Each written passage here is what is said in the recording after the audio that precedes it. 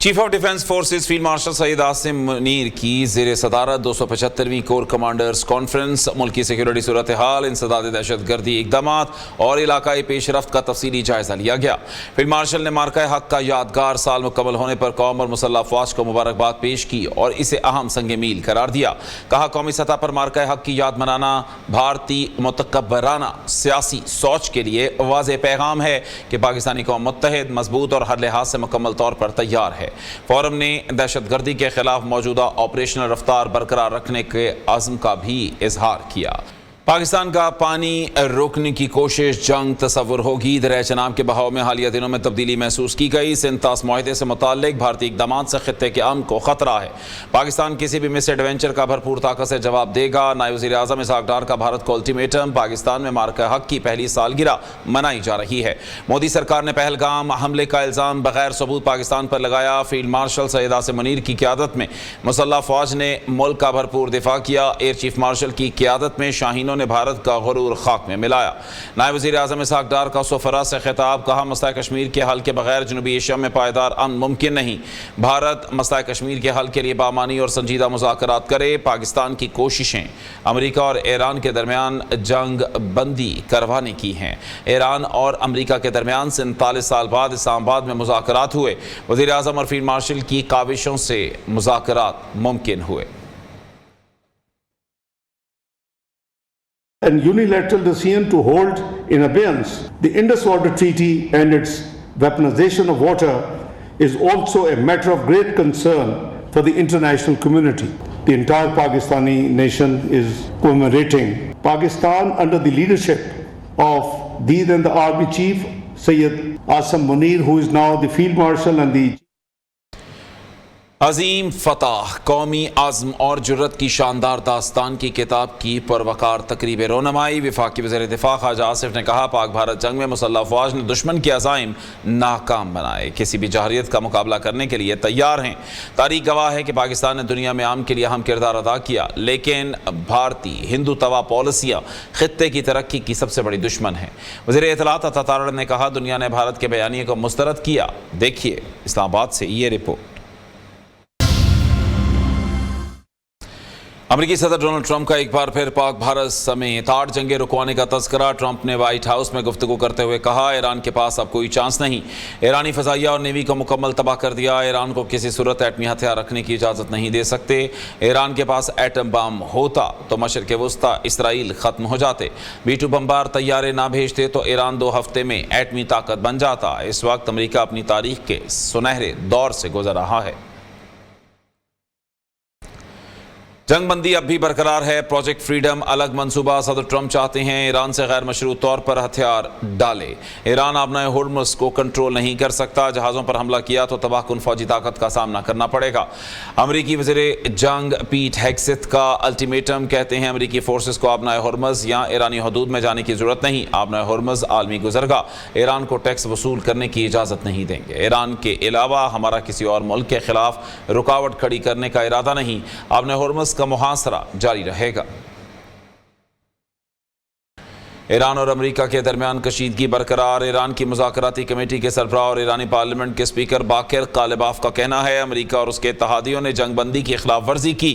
امریکہ اور اتحادیوں نے جہاز رانی اور توانائی کی ترسیل کی سلامتی خطرے میں ڈال دی ہے۔ ایرانی فوج کے commander in chief major general Amir Hatami نے خبردار کیا کہ امریکی بحری بیڑے نے آبنائے ہورمز کی طرف بڑھنے کی کوئی بھی کوشش کی تو پوری طاقت سے جواب دیا جائے گا۔ Welcome back. حکومت نے گیس بحران سے نمٹنے کے لیے بڑا ایکشن پلان تیار کر لیا۔ وزیر اعظم کی ہدایت پر توانائی شعبے میں اصلاحات اور ادارہ جاتی ہم آہنگی بڑھانے کا فیصلہ۔ ذرائع کے مطابق گیس فراہمی، قیمت اور طلب کے مؤثر انتظام کے لیے جامع فریم ورک بنایا گیا۔ NCMC کے قیام اور پاور ٹاسک فورس کو اس کے تحت لانے کی منظوری۔ ملک میں گیس دستیابی بڑھانے کے لیے ہنگامی اقدامات تیز کرنے کا فیصلہ۔ گھریلو گیس طلب کی منصوبہ بندی میں بڑی تبدیلیوں کی ہدایت کر دی۔ مہنگی درآمدی گیس کی بجائے سستی مقامی گیس کے استعمال کا فیصلہ۔